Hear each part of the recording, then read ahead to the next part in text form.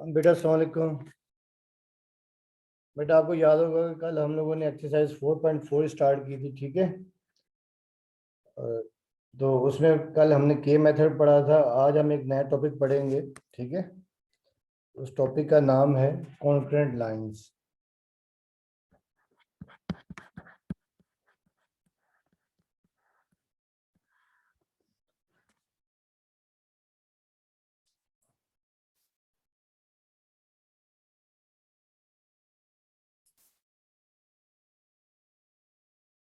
मेरे टॉपिक का नाम है कॉन्करेंट लाइंस। कॉन्करेंट लाइंस क्या होती हैं अब आपको बताना है, और फिर वो कैसे फाइंड करते हैं उनकी पॉइंट ऑफ कॉन्करेंसी।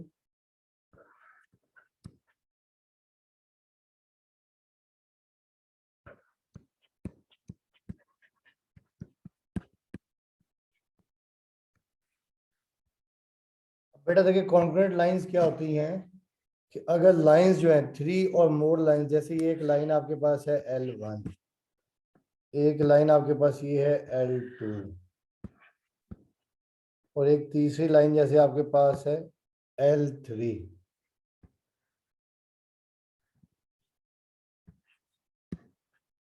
तो अगर ये तीनों लाइंस, तीन या तीन से ज्यादा लाइंस एक ही पॉइंट से पास हो, इसे हम कहते हैं कॉन्करेंट लाइंस, ठीक है। नहीं, याद रख लें कि थ्री और more than three lines passing through the same point are called concurrent lines. इसकी डेफिनेशन हम ये लिखेंगे कि lines that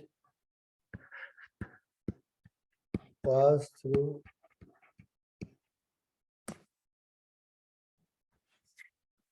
a single point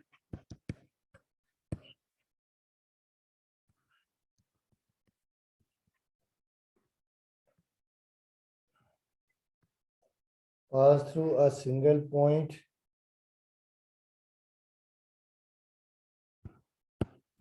are called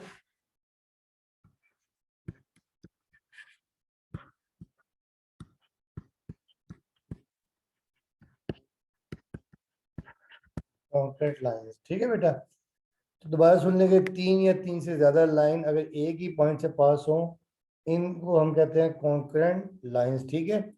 और जहां से जो पॉइंट, जिस पॉइंट से पास हो रही हैं, इसे हम कहते हैं पॉइंट ऑफ कॉन्करेंसी, ठीक है। तो अब हम यहाँ लिखे, आगे लिखते हैं the point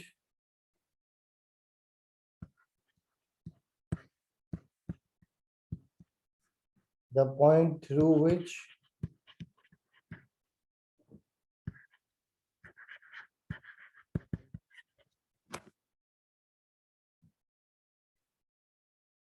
the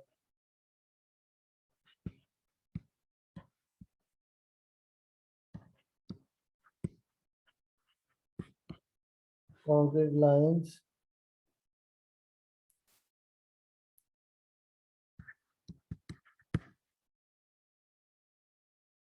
pass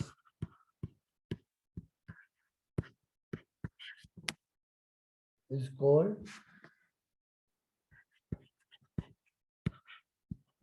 the point of concurrency.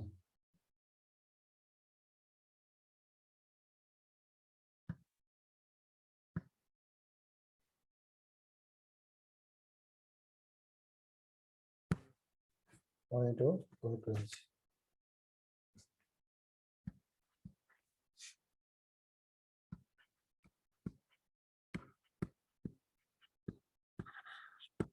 ठीक है बेटा। तो अगर तीन या तीन से ज्यादा लाइन एक पॉइंट से पास होती है, उन्हें हम कहते हैं कॉन्करेंट लाइंस कहते हैं। और जहां से वो, जिस पॉइंट से वो पास होती है, उसे हम कहते हैं कॉन्करेंट पॉइंट। यानी ये जो पॉइंट है, ये जो है, ये आपका कॉन्करेंट पॉइंट ऑफ कॉन्करेंसी।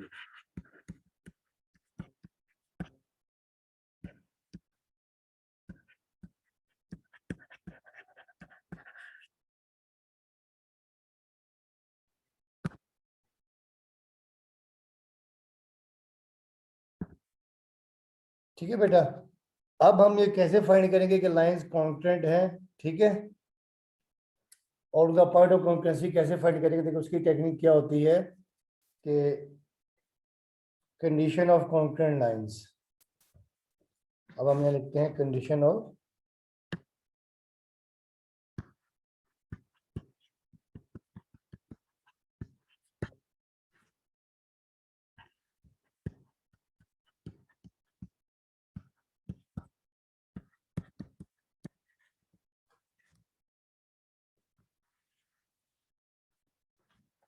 बेटा देखिए जैसे आपका ये 3 लाइंस हैं,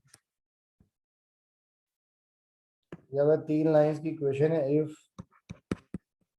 एक आपके पास ये a1x प्लस b1y और प्लस c1 इक्वल टू 0, दूसरी इक्वेशन है a2x plus b2y plus c2 equal to 0 और थर्ड आपके पास है a3x plus b3y plus c3 equal to 0। ये 3 लाइंस हैं और हमें फाइंड करना है कि आप प्रूव करें कि लाइंस कॉन्करेंट है या नहीं है और इनकी पॉइंट ऑफ कॉन्करेंसी फाइंड करें। तो अगर आप याद रखिएगा इफ अगर आपके पास ये आ जाए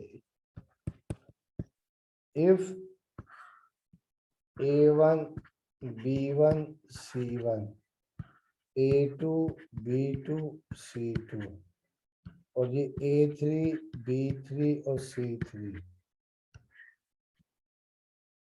अगर ये आपके पास आ जाए 0, ये डिटरमिनेंट आ जाए 0, तो आप लिखेंगे लाइंस आर कॉन्करेंट।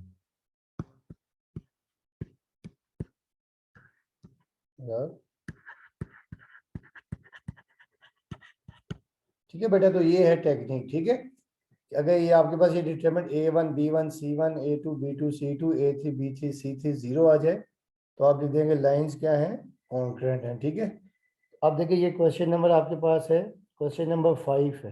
ठीक है, क्वेश्चन नंबर 5 देखें, ये आपको करवा रहा हूँ क्वेश्चन नंबर 5। क्वेश्चन नंबर 5 है कि determine the value of p which the lines, ये लाइंस है, which the lines 2x minus 3y minus 1 equal to 0, 3x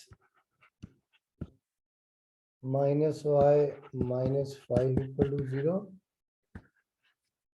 and 3x plus py plus 8 equal to 0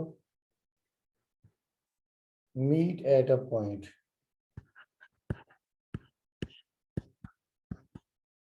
At a point. Find p.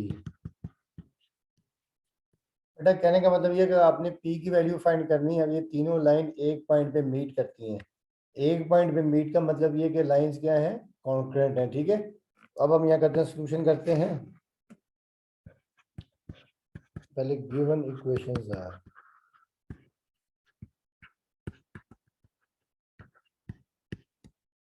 देखिए पहली है 2x minus 3y minus 1 equal to 0, दूसरी है 3x minus y minus 5 equal to 0 और तीसरी आपके पास है 3x plus P Y plus 8 equal to 0। ठीक है, अब हम यहाँ लिखेंगे कि we know that if lines are congruent,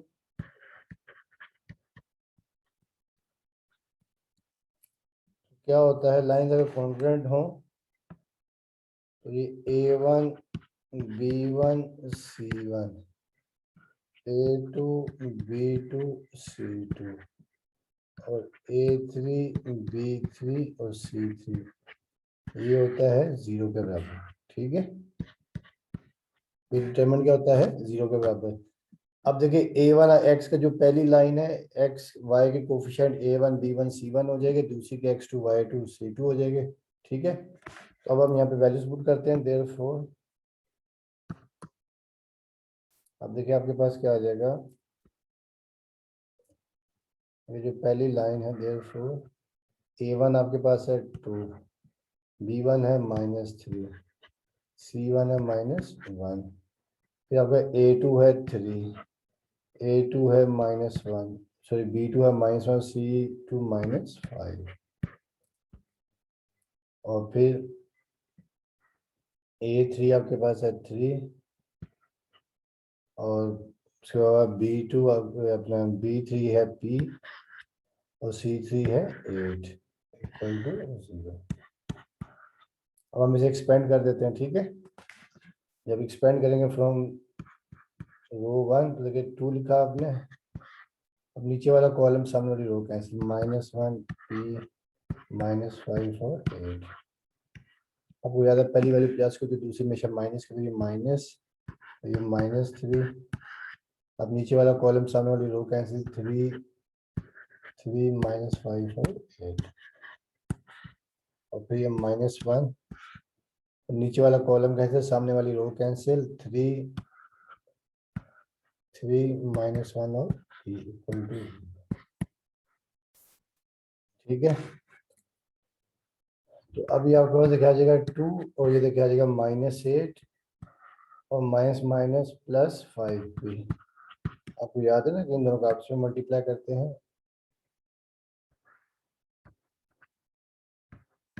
और इन दोनों का आपस में, ठीक है। अच्छा फिर देखिए -3, तो 8 3 24, और +3 5 15, ये -1, और ये 3p,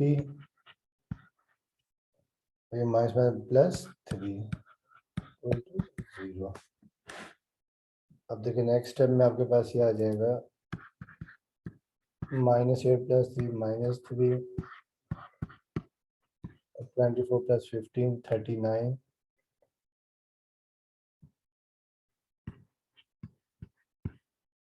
और ये आपके पास -3p -3 इक्वल टू 0, ठीक है।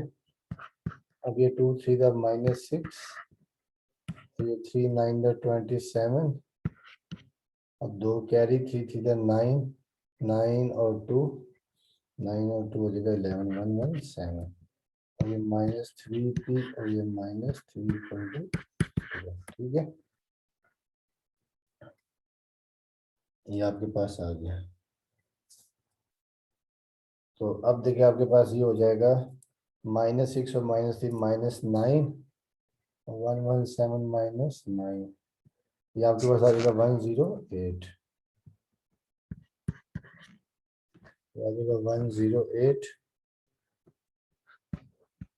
-3p equal to 0। हम क्या करते हैं कि 3p को लेफ्ट पे रखते हैं, या -3p -108, ये माइनस माइनस कट कर देते हैं, तो आपके पास ये आ जाएगा 3p equal to 108 divided by 3, 108 divided by 3, ये आपका 36 है।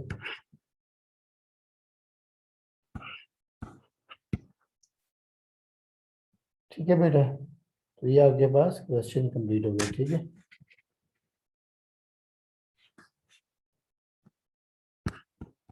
p की वैल्यू आ गई 36। अगर p की वैल्यू ये होगी तो लाइंस क्या होगी, कॉन्स्टेंट होंगी, ठीक है।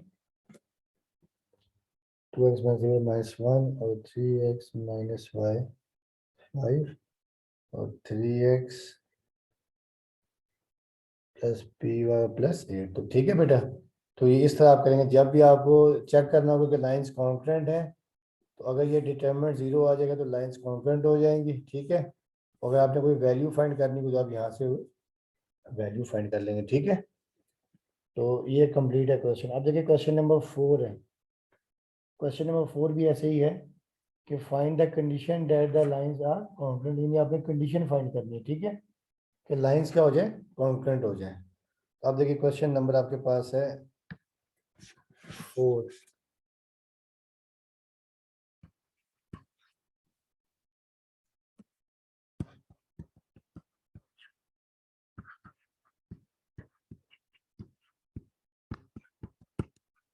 Find the condition that the lines, पहली लाइन ये y is equal to m1x plus c1, दूसरी लाइन आपके पास है y is equal to m2x plus c2, और तीसरी लाइन है and y is equal to m3x plus c3। आप कॉन्फिडेंट,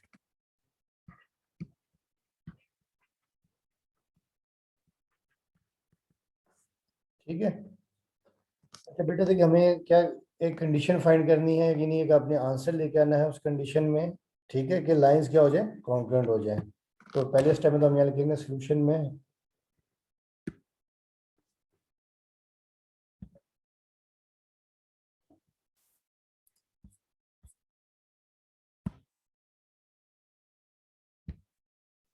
ठीक है, पहले स्टेप में तो आप लिखेंगे यहाँ पर, आपको याद होगा जब हम यहाँ लिखेंगे सोल्यूशन, पहले लिखेंगे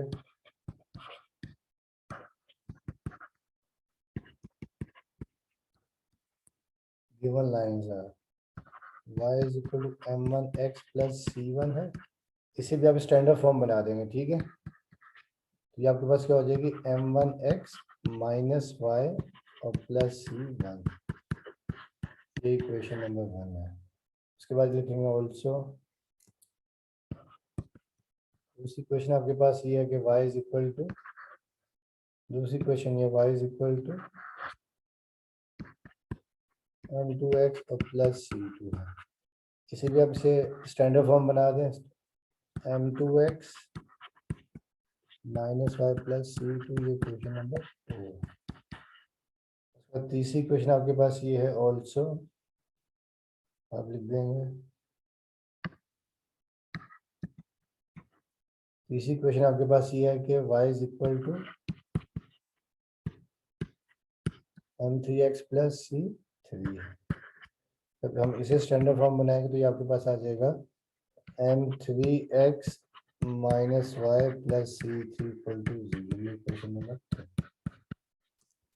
बेटा देखिए स्टैंडर्ड फॉर्म ना, स्ट्रेट लाइन की स्टैंडर्ड फॉर्म ये होती है, आप याद रखिए कि हमेशा जो स्टैंडर्ड फॉर्म होती है वो ये होती है a1 ए अपना, चलिए a की फॉर्म में लिखते हैं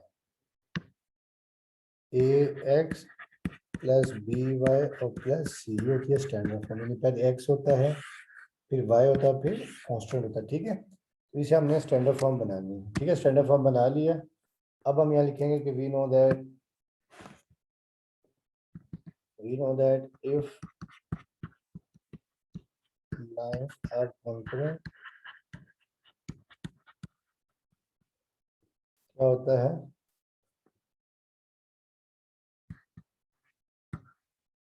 a1 b1 c1 a2 b2 c2 और a3 b3 c3, ये होता है 0 के बराबर, ठीक है। अब हम इनकी वैल्यूज पुट करते हैं, अब देखिए a1, अब यहाँ पे देखिए जब हम वैल्यूज पुट करेंगे, ठीक है, देखिए a1, अब x का जो पहली इक्वेशन है m1x minus y1 plus c1, ये आपके पास फर्स्ट इक्वेशन है, ठीक है। तो a1 आपके पास आ जाएगा m1, c अपना फिर b1 आपके पास आ जाएगा -1 और c1 आपके पास c1 ही है, ठीक है। उसके बाद a2 ये आपके पास आ जाएगा m2, ठीक है, और फिर b2 ये आपके पास आ जाएगा -1 और c2 आपके पास c2 ही है। अच्छा उसके बाद देखिए आपके पास a3 आपके पास है m3 और b3 आपके पास है -1 और c3 आपके पास है c3,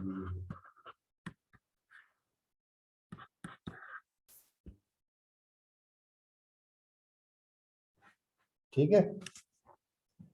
अच्छा अब देखिए हम लोग क्या करेंगे, इसको डायरेक्ट एक्सपेंड भी कर सकते हैं, मगर आप डिटरमिनेंट की प्रॉपर्टी लगा दें थोड़ा ना आसान हो जाएगा क्वेश्चन, तो हम क्या करते हैं उससे फिर क्वेश्चन थोड़ा आसान हो जाएगा, 2 0 बन जाएंगे, ठीक है। तो अगर हम ये लिख दें कि bye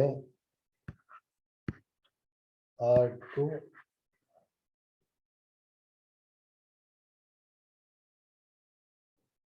bye R2 minus R1 and R3 minus R1। यानी क्या कर रहे हैं हम लोग, R2 में से R1 को माइनस कर रहे हैं और R3 में से भी R1 को माइनस कर रहे हैं, ठीक है।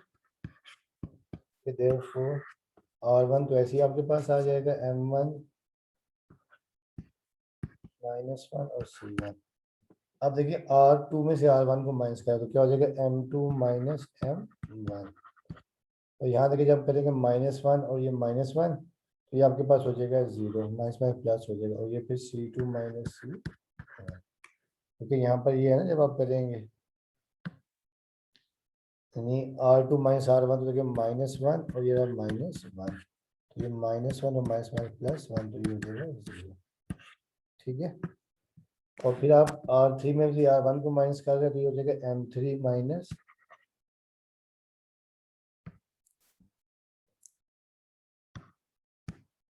M3 माइनस M1 और ये भी आपके पास आ जाएगा 0 और ये हो जाएगा C3 माइनस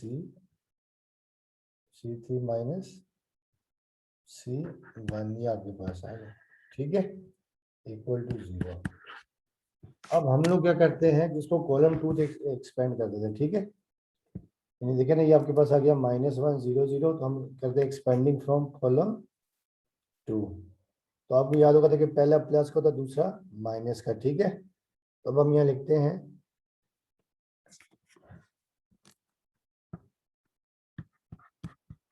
now expanding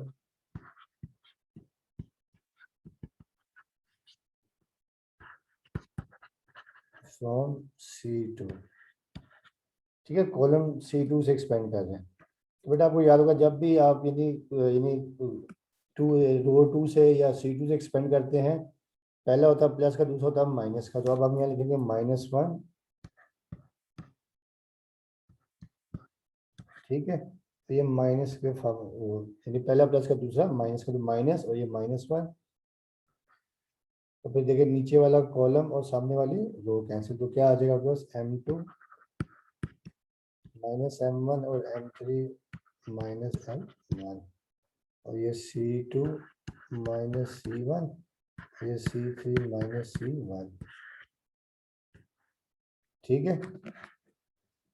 ये आपने कॉलम 2 से क्योंकि एक्सपेंड कर रहे हैं तो ये आ जाएगा माइनस माइनस में, फिर दूसरा भी देखें 0 हो जाएगा और तीसरा भी क्या हो जाएगा 0, क्योंकि यहाँ पे 0 है तो 0 से मल्टीप्लाई कर पूरी टर्म 0 हो जाएगी, ठीक है। तो ये आपके पास आ गया।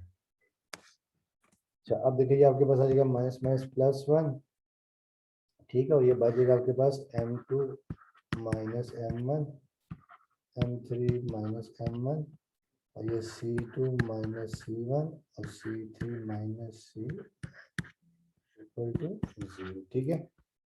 अब हम इनको मल्टीप्लाई कर देते हैं, जो बेसिक मल्टीप्लाई होती है डिटरमिनेंट एक्सपेंड कर देंगे, यानी ये M2 माइनस M1 और ये C3 माइनस C1, अब देना हमें नेगेटिव साइन और ये आपके पास आ जाएगा देखिए M3 माइनस M1 और ये आपका C2 माइनस C1 0। राइट में जाके शिफ्ट कर देते हैं, ये M2 माइनस M1 और ये C3 minus C1 equal to M3 minus M1 और ये C2 माइनस C1। बेटा देखिए ये आपके पास आ गई रिक्वायर्ड कंडीशन। अगर ये कंडीशन होगी तो लाइंस क्या होंगी, कॉन्फिनेंट होंगी, ठीक है। तो लिख देंगे रिक्वायर्ड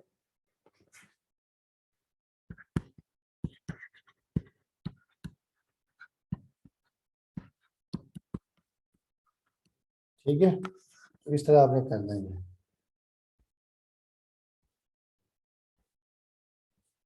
ठीक है। तो ये आप देख लीजिएगा।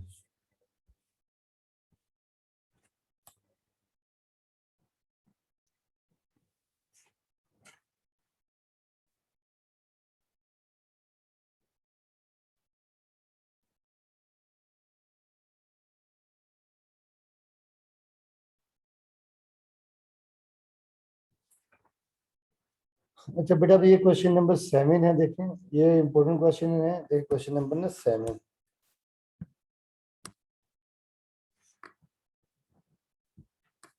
क्वेश्चन नंबर 7 में ये दिया हुआ है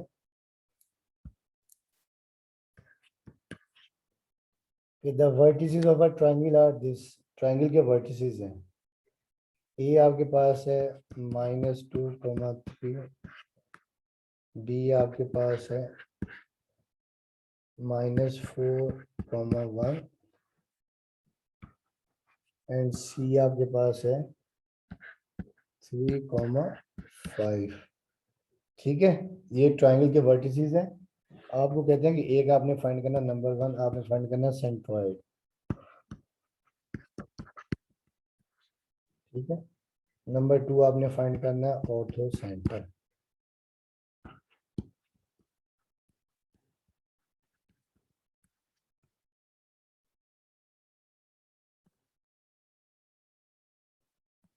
और नंबर 3 आपने फाइंड करना है सर्कम सेंटर।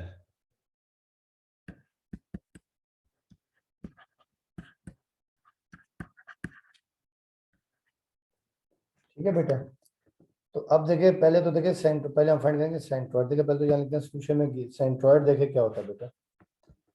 देखिए सेंट्रॉइड क्या होता है,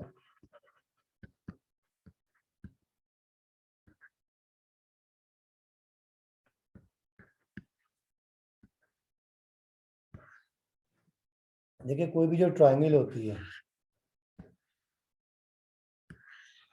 जैसे ट्रायंगल ए बी सी या वर्टिसेस आपको गिवन है, तो ट्रायंगल के जो मीडियंस हैं, मीडियंस क्या होता है कि वो लाइन जो वर्टेक्स से अपोजिट साइड को कट करे। देखिए जैसे ये आपके पास ये लाइन है, ये मीडियन, ठीक है, इसे कट किया, जैसे point A B C D है, जो पॉइंट डी से मीडियन ने कट किया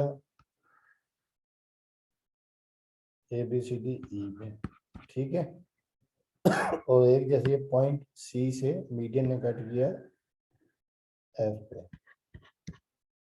जो मीडियन का पॉइंट इंटरसेक्शन होता है दैट इज कॉल्ड सेंट्रॉइड। ठीक है, तो ये होता है मीडियन, याद रखिएगा, ये होता है सेंट्रॉइड, इसको ज़रा जी से शो करते हैं। ठीक है, तो सेंट्रॉइड की डेफिनेशन क्या है कि सेंट्रॉइड की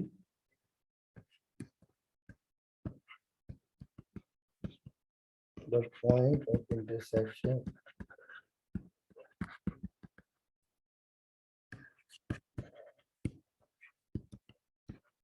of medians of a triangle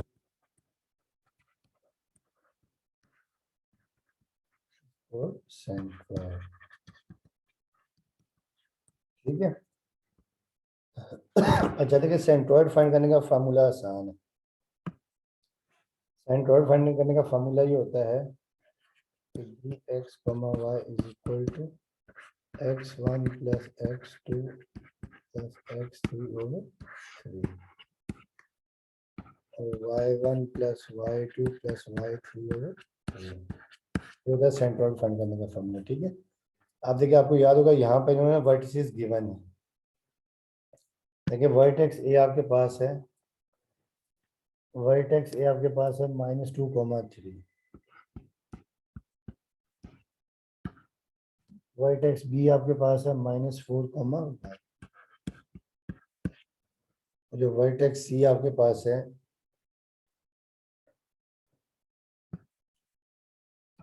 vertex सी आपके पास है 3, 5। ठीक है, हमें फाइंड करना है सेंट्रॉइड। तो सेंट्रॉइड का फॉर्मूला आपको ये मैंने बता दिया। देखिए G x comma y is equal to x1 plus x2 plus x3 over 3 और comma y1 plus y2 plus y3 over 3। तो यहाँ पे वैल्यूज पुट कर देते हैं। लेकिन G x comma y is equal to x1 आपके पास क्या है, देखें -2, x3 आपके पास है -4 और x3 आपके पास है 3 और फिर y1 आपके पास है 3, y2 आपके पास है 1 और y3 आपके पास है 5।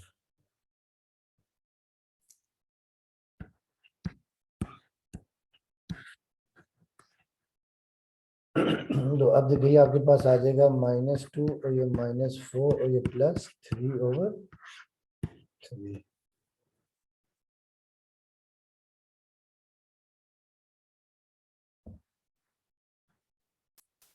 और ये आपके पास क्या आ जाएगा 3 + 1 5 + 1 6 6 और 3 9/3।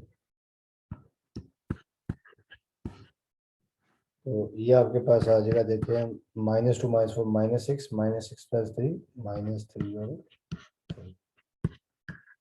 9/3। अब ये कैंसिल हो रहा है 3 1 3 6 कैंसिल 3 1 3 3 9।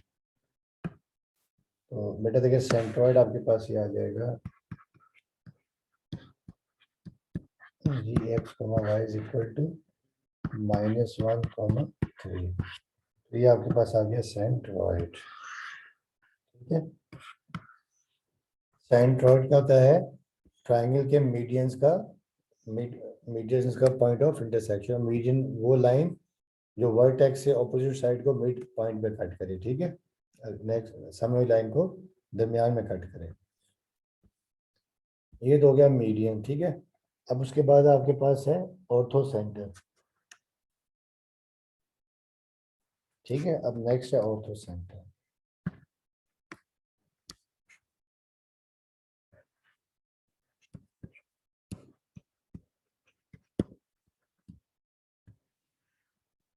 अब देखिए ऑर्थो सेंटर क्या होता है। ऑर्थो सेंटर देखिए the point intersection of altitudes of a triangle. देखिए जैसे आपका ट्रायंगल, ये वर्टेक्स ए, ये वर्टेक्स बी, ये वर्टेक्स सी। ठीक है, तो क्या होता है ऑर्थो सेंटर के एल्टीट्यूड का पॉइंट ऑफ इंटरसेक्शन। एल्टीट्यूड क्या होता है कि वो लाइन जो वर्टेक्स से ऑपोजिट साइड पे वर्टेक्स से ऑपोजिट साइड को 90 पे कट करे, ये परपेंडिकुलर होते हैं जैसे ये। तो ये एल्टीट्यूड थ्रू ए है। ठीक है, उसके बाद ये जो एल्टीट्यूड है देखें दूसरा एल्टीट्यूड, ये एल्टीट्यूड थ्रू सी। जैसे जो बी से ये एल्टीट्यूड थ्रू सी है। ठीक है, तो ये होता है ऑर्थो सेंटर एल्टीट्यूड का पॉइंट ऑफ इंटरसेक्शन। यहाँ डेफिनेशन हम लिख लेते हैं।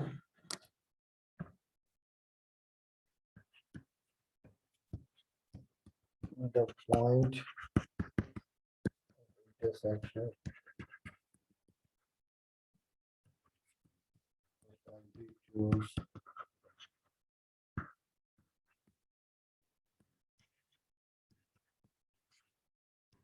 is called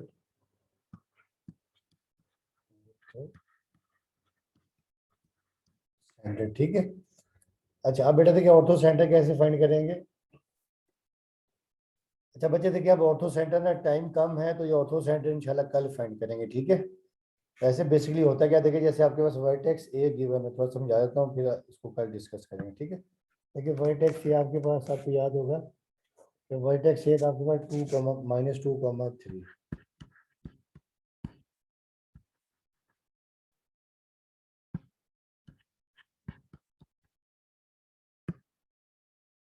-2, 3 vertex B का -4, 1 और vertex C का 3, 5। अब हमने पहले एल्टीट्यूड थ्रू ए की इक्वेशन फाइंड करनी है, जो है ना जो वर्टेक्स ए से जो लाइन ऑपोजिट साइड को 90 पे कट कर रही है। ठीक है, तो इसके लिए हम इक्वेशन यूज करेंगे ये वाली y - y1 इक्वल टू जिसे पॉइंट स्लोप फॉर्म कहते हैं mx - x1। यहाँ भी हम सपोज कर लेंगे y - y1 equal to m2x - x। ठीक है, एल्टीट्यूड थ्रू ए की इक्वेशन फाइंड करनी है। अब देखिए ए तो यानी यहाँ पर जो x1 y1 है ना वर्टेक्स ए x1 y1 है -2, 3 ये आपके पास है। ठीक है, अब हमें बेसिकली सिर्फ m2 स्लोप चाहिए, तो क्या करेंगे हम लोग कि ये जो आपके पास वर्टेक्स ए से जो ऑपोजिट लाइन है इसका स्लोप ले लेंगे हम लोग m1। इसका BC का जो स्लोप है ना फिर हम ले लेंगे m1। जब ये m1 आ जाएगा, m1 इस फार्मूले से, स्लोप का फार्मूला आपको याद होगा y2 minus y1 x2 minus x1, ठीक है। इसका स्लोप आ जाएगा आपके पास BC का। जब BC का स्लोप आ जाएगा तो ज़ाहिर है अंडरस्टूड है जो AC, ये जो आपके पास एल्टीट्यूड थ्रू वर्टेक्स A है, ये क्योंकि BC के ऊपर परपेंडिकुलर, इसका हम स्लोप निकाल लेंगे, ठीक है। इसका स्लोप आपके पास आ जाएगा m2, और क्योंकि m2 देखे जो है, m2 जो है, m2 क्या है, -1/m1, क्योंकि m2 इसके ऊपर क्या परपेंडिकुलर है, तो ये यहाँ से स्लोप m2 आ जाएगा, स्लोप आ जाएगा, ये वर्टेक्स A है, तो यहाँ से आप इक्वेशन ये फाइंड करेंगे। ऐसा यही काम हम लोग वर्टेक्स B के लिए करेंगे, ये वर्टेक्स C के लिए करेंगे, तो ये बाकी इंशाल्लाह कल करेंगे, ठीक है।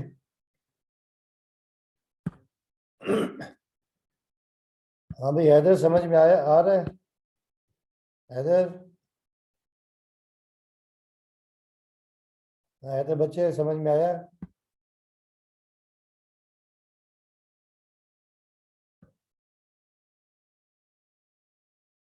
ठीक है, बाकी इंशाल्लाह कल मुलाकात करेंगे, ठीक है।